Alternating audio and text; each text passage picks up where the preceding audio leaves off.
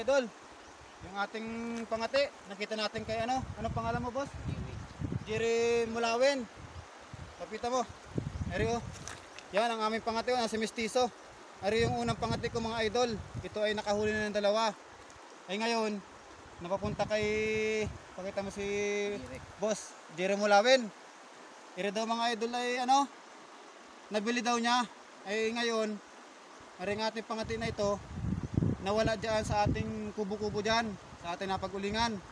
Pati si ay nawala. Eh nakita natin mga idol kilalang kilala natin si Mestizo pagka niya, ako nagdala niya, boss ako niya ginaya ko yung sa bayaw ko, ay pelitin kabila, yan po yan. Si Mestizo, nakita natin mga idol. Mahabang tilap niyan? Oo. Ano ito, malaki ang buses ito.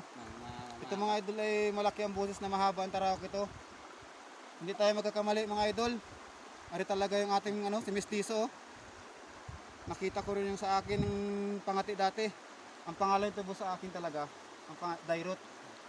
Dahil matakaw sa inyo dahil. Pag-usapan na lang. Oo. Isauli na lang. Eh ito mga idol, nabili daw niya 2,000 baga, 2,000 boss. 2,000 daw. Ay hindi na sana natin apadala pa uwi. Nakakaawa naman si kuya dahil binili niya. Ay ngayon, apuntahan natin mamaya sa kaila sa Tanawan.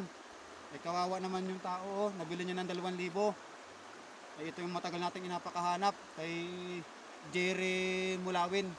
Kaya na mo ay nabili, saan kanino? Ang kaniyang sa taas kay Aman. Sa angkan daw ni Aman mga idol ito na kuha niya.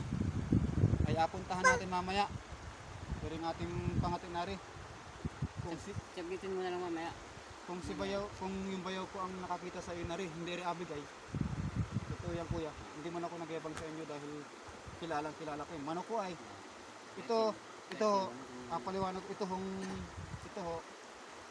nung binigay sa akin ni bayaw ito, siya ang may palahain ito. Yung binigay sa akin ito ay sisiw pa ito nung binigay sa akin asawa ko kilala niya. Kilala si Mestizo mga idol. Ari video. Mestizo? May kilala mo pa ako? Diyan lang namin dahil yan ay Sige, ayos na.